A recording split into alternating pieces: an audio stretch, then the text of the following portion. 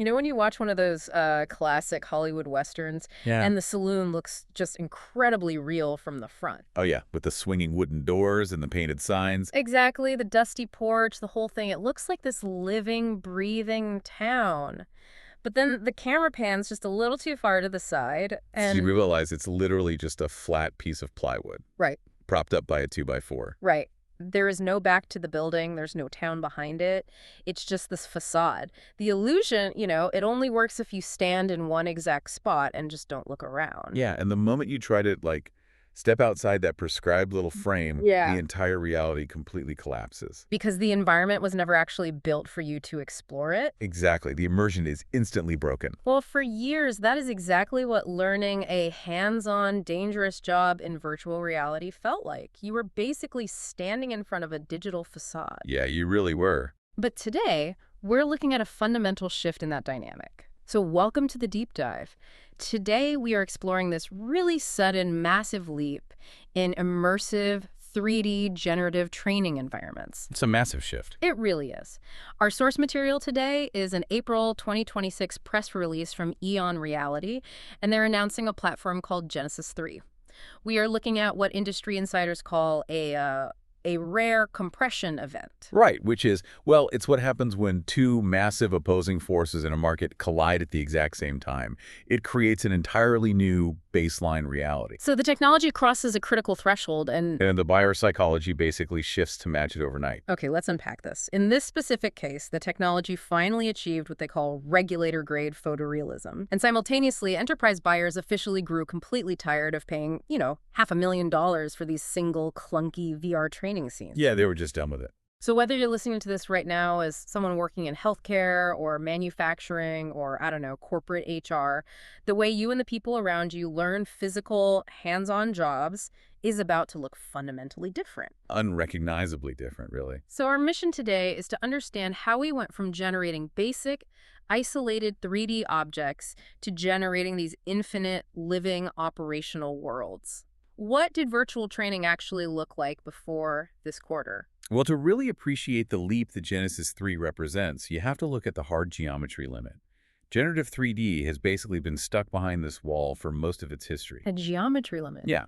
Historically, artificial intelligence could generate one focal object. Developers call it a hero object. You could do that really well. Okay, so I'm picturing like a single jet engine turbine floating in space, or maybe an anatomical model of a human heart. Exactly. And if you stared directly at that turbine, the fidelity was excellent. I mean, the metallic sheen, the individual blades, all of it looked totally pristine. But the background was the problem, right? Right. The AI just didn't have the computational logic to render the physical environment around that object. The neural networks, they were trained to focus on localized, isolated items, not spatial relationships. So what happened if you looked away from the hero object? The periphery was effectively unusable. The walls of the virtual room would literally bend inward. The geometric shapes of the floor or the background machinery would just soften or blur or hallucinate into these nonsensical melting shapes. Wow. Yeah, so training experiences had to live in this very tight, restricted radius around that one single hero object. It reminds me of playing early 2000s video games. The main character model might look decent, but if you walk too far away from the center of the action, the background just turns into a blurry, unusable mess of pixels. Yeah, you just hit an invisible wall and you can't go any further. Exactly. And highly regulated industries, I'm talking oil and gas, aviation, defense, healthcare, they looked at that blurry periphery for years and just flat out rejected these training simulations. They didn't trust them. No, their primary objection was always that the environments felt too gamey. Okay, I want to push back on that objection for a second because it sounds a bit pedantic on the surface, honestly. Why does perfect realism actually matter so much in a training context? Okay, fair question. Right, if I'm training to be a mechanic, isn't a basic kind of blocky 3D model of a turbine enough for me to understand the mechanical steps? Why do federal regulators care if the wall 20 feet behind the turbine looks a little blurry? Well, what's fascinating here is that in safety-critical fields, a blocky approximation isn't just unhelpful, it actually creates an active danger. The industry term for this is negative training. Negative training, meaning you're literally training them to do it wrong. Essentially, yes. When an energy operator is learning to shut down a pipeline during an emergency, Their brain isn't just memorizing a checklist. It's building physical muscle memory and spatial mapping. Oh, I see. So if the virtual safety valve is located, say, 2 feet lower than where it is in the real world, or if the digital lighting doesn't match the actual dark, cramped conditions of the offshore facility, the operator's brain learns the wrong spatial relationship. Wow. So they are essentially training their body to fail when it matters most. Exactly. When that operator steps onto the real facility floor during a true emergency, that split-second hesitation, that mental mismatch between the training game and the physical reality, that can cause a catastrophic accident. Which is terrifying. It is. Regulators demand photorealism because they demand compliance. You simply cannot have day-one surprises when you're dealing with high-voltage equipment or hazardous chemicals or human lives. The environment has to be a true one-to-one digital twin. Okay, that reframes the whole concept for me. You're not just reading a manual in 3D. You are mapping your physical body to a physical space before you ever even set foot in it. Exactly. And this April, according to the press release, that blurry wall constraint just completely broke. The geometry limit is gone. It's totally gone. These generated environments now hold their shape across massive physical spaces. We aren't just talking about rendering a single room anymore, are we? No, we're talking about entire factories, multi-story hospital wings, sprawling virtual university campuses. But I'm struggling with the mechanics of how this actually functions in the real world. Here's where it gets really interesting, because the Genesis 3 platform is moving from rendering a static scene to generating infinite training worlds. Right. The paradigm shifts from a closed diorama to a living ecosystem. You're no longer commissioning a scenario. You are generating an operational reality. Give me an example of that scale. So if you start with a training module on one specific offshore oil rig, that environment can dynamically expand into the entire energy supply chain. The AI can generate the connecting pipelines, the onshore refineries, the logistics networks. Or like a single lecture hall extending out into a fully connected virtual city. Exactly. It's fully traversable. The scale is staggering. But I need to pause on the actual mechanism of creation here, because the source material makes a claim that, frankly, it sounds like magic to me. The floor plan thing. Yes. It says a customer can take a 2D floor plan, just flat black lines on a piece of paper, or a quick walkthrough video from a smartphone, upload it, and Genesis 3 returns a fully explorable, training-ready 3D environment in hours. In a matter of hours, yeah. If old production timelines took human developers 6 months to build a single virtual room, how on earth is an AI doing it in a few hours? How does it look at flat 2D lines and understand 3D volume, lighting, texture? It requires a massive leap in what we call spatial generative models. You see, older AI models tried to hand code or guess at individual pixels. These new models operate entirely differently. How so? They've been trained on vast data sets of real-world architecture. We're talking millions of LiDAR scans, video fly-throughs, structural blueprints. The AI doesn't just see lines on a floor plan. It understands the underlying spatial logic. So it knows what those lines actually represent in reality. Right.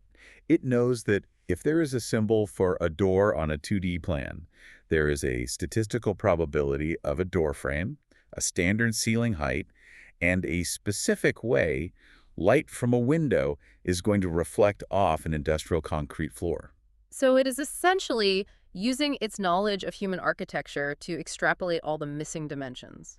It fills in the physical reality based on the structural boundaries you give it. Exactly. The AI hallucinates the environment, but it hallucinates strictly within the bounds of real-world physics and structural logic. That's incredible. And because the AI is doing this spatial reasoning in a matter of hours, rather than relying on human 3D artists manually placing virtual objects over 6 months, the fundamental economics of the entire industry break down. Because you aren't paying for thousands of human labor hours anymore. You're not. That perfectly explains the aggressive pricing model mentioned in the source. They talk about spatial editions starting at just $80 per user per month. Right, a flat subscription. Compare that to the old method, where an enterprise procurement team had to commission a bespoke 3D build for $500,000 just to get one single scenario. That massive price differential is the core of the compression event. For years, companies were freezing their innovation budgets because $500,000 for one virtual room just doesn't scale. Of course not. You can't train a global workforce of 50,000 people if every new physical location requires a custom 6-month development cycle. Exactly. But when you compress the timeline to a few hours and drop the cost to a monthly software license, suddenly national-scale rollouts across thousands of unique individual sites become operationally feasible. Okay, but if the technology to generate a photorealistic world from a simple floor plan is becoming this fast and this accessible, it sounds to me like world generation is becoming a commodity. Oh, it absolutely is. If anyone can eventually build an AI that spins up a 3D building, what actually makes this specific Genesis 3 platform valuable to a Fortune 500 company? Doesn't the competitive advantage just disappear once the tech is democratized? If we connect this to the bigger picture, we see exactly why venture capital firms are having a really harsh awakening right now. They've realized that world generation alone is just a feature. It is not a company. It's not enough on its own. No. The traditional software as a service mode, this assumption that simply owning the generative technology protects your business, has completely collapsed. Let's use an analogy here to make sense of this. I feel like relying purely on world generation is like building the most breathtaking, infinitely massive library in the world. Okay, I like where this is going. Right. The architecture is stunning, the shelves stretch on forever, but if all the books on the shelves are completely blank and there are no librarians to help you find anything, the building itself is functionally useless. It's just an empty shell. That's a great way to look at the fractured landscape of the competition right now. The founder of EON Reality, Dan Ledger-Scar, actually describes the market as being divided into slices. Slices, okay. You have other generative AI platforms that can build a visually stunning world, but they lack any pedagogical foundation. There's no teaching framework built into the code. So the buyer gets the empty library. Exactly. An enterprise buyer purchases that beautiful empty library and then has to spend hundreds of thousands of dollars paying consultants to write the actual lesson plans and integrate them into the 3D space. Which defeats the whole purpose of saving money in the first place. What about the other slices? Well, then you look at the heavy-duty industrial 3D engines, like Wow. Unity or Unreal Engine. These are foundational, incredibly powerful engineering tools, but they are raw materials. Right, you need experts to use them. Yeah, they require a corporate HR department to suddenly act like a video game publisher, hiring an entire studio of specialized developers to build a single training experience from scratch. And on the completely opposite end of the spectrum, you have the generic learning management systems, right? The traditional LMS libraries. Right. Those offer structure, but they're entirely static. A worker is just clicking through a multiple-choice quiz on a flat computer screen. There's no spatial generation, no environmental expansion, and absolutely no realism. And as we established earlier, a flat multiple-choice test cannot serve the safety requirements of a heavily regulated industry. It just can't. So Genesis 3's true moat, then, is the librarian in our analogy. It's what the source calls the pedagogical wrapper that surrounds the generated world. Yes. They are bringing 25 years of existing educational infrastructure directly into the AI era. When a world is generated on this platform, it doesn't arrive empty. It comes pre-populated. Exactly. With an AI mentor, it automatically taps into a validated library of 95 specific industrial environments and 475 functional objects. And crucially, it incorporates this proprietary Ducé-Show competency assessment framework. This is what transforms a 3D simulation into a legally defensible training tool. Right. Let's break down Ducé-Show, because that sounds like a massive shift in how we actually measure human knowledge. It means the system isn't just tracking if you click the right dialog box. Not at all. It is assessing if you can physically perform the action in the 3D environment, verbally explain your reasoning to the AI mentor, and visually demonstrate the safety protocols. So the assessment is deeply multimodal. Very multimodal. And because the system can definitively measure that complex physical and verbal competency, the results can link directly to official industry certifications, job placement, and ultimately a worker's income. That's huge. As Ledger-Scar noted, the enterprise customer doesn't actually want a 3D scene. They don't care about the polygons. The customer wants a measurable, compliant workforce outcome. Every individual vendor in the market right now offers a slice of the solution, forcing the customer to tape the puzzle pieces together. But Genesis 3 is shipping the entire bundle. Okay, moving from the theory to the practical reality. What does this actually mean for the people making decisions on the ground? Because the source material highlights this severe sense of urgency regarding this shift. They outline a very specific 12 to 18-month window that is opening right now, this quarter, in 2026. Why the sudden rush? Well, this raises an important question about behavioral economics and corporate procurement cycles. The 2026 capital budgets for major enterprises are being committed right now. Right. The first 5% of early adopters who deploy this world-centric generative training, they're going to define the category for their entire respective industries. The remaining 95% of the market will eventually be forced to play catch-up. They'll be fighting for differentiation in a category they had no hand in shaping. Exactly. By getting in early, those initial companies are quite literally writing the future request for proposal language. Yeah. They're establishing the new baseline standard of realism and assessment that federal regulators will eventually use to judge every other competitor in the space. So the psychology of the enterprise buyer has fundamentally turned a corner. Oh, completely. Buyers in regulated industries are no longer conducting pilot programs to see if immersive training works. The experimental phase is over. They already know it works. Yes, and they're actively requesting world models and digital twin training by name in their procurement documents. The category is established. The only remaining question for a chief learning officer is which vendor can actually deliver it at an operational scale today. Okay, let's make this tangible for you listening to this right now. Let's explore the actual professionals deploying this technology across different sectors. Imagine you're the chief human resources officer at a Fortune 500 company. Okay, stressful job. Right. And over the past year, you've been aggressively rolling out AI workspace agents to your employees, and the transition has been, frankly, chaotic. People don't know how to interact with the new tools. It's a mess. But suddenly, you have a platform that can generate training environments perfectly matched to your actual physical office sites in a matter of days. You can instantly turn that chaotic rollout into a structured, spatially relevant curriculum. Or consider the daily reality of a vice president of clinical education at a major hospital system. Hospitals constantly battle sentinel events, severe patient safety issues, or fatalities that are frequently tied to communication failures during patient handoffs. Ah, like between departments. Yes. The surgical team might not fully understand the constraints the post-op recovery team is dealing with, for example. Because traditionally, you can only pull a surgeon away to train on a single, isolated procedure in a classroom. You obviously can't shut down a real working hospital wing just to run a communication drill. Exactly. But with infinite generation, that barrier completely disappears.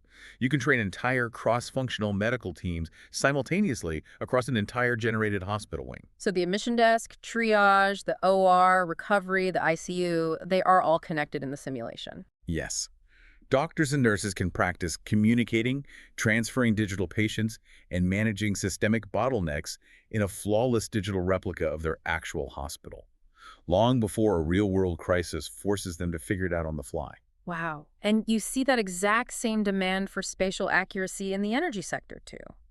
An energy operator's training manager has to satisfy federal regulators who demand documented end-to-end emergency response and lockout-tagout training. Which is incredibly Well, complex. And the old blurry single-room VR modules couldn't simulate a mile-long facility, but now they generate a facility-mirrored environment that perfectly matches the actual site geography. So if there's a chemical spill scenario, the virtual trainee has to physically run the exact distance, navigate past the exact machinery, and use the correct safety equipment to hit the shutoff valve. And the assessment measures their response time against the physical layout of the real plant. Exactly. Then you look at the macroeconomic scale. Government workforce directors are viewing this technology as a massive, scalable retraining instrument. For displaced workers. Yes. We're looking at tens of thousands of displaced workers who need to transition into new AI-era jobs.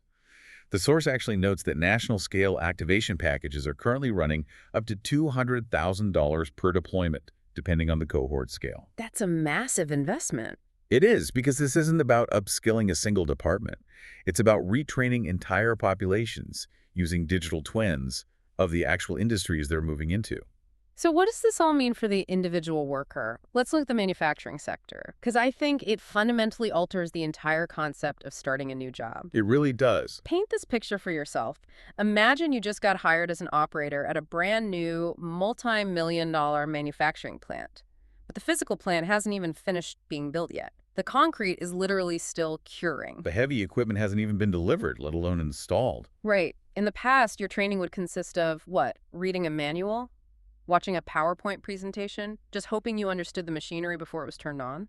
Which is a terrifying way to learn to operate heavy machinery. Exactly. But with this tech, the plant operations leader takes the architectural floor plans, runs them through the Genesis 3 platform, and generates the entire operational world. So you spend your first 40 hours working the machinery, learning the facility layout, and practicing strict safety protocols in a flawless virtual replica all from your living room.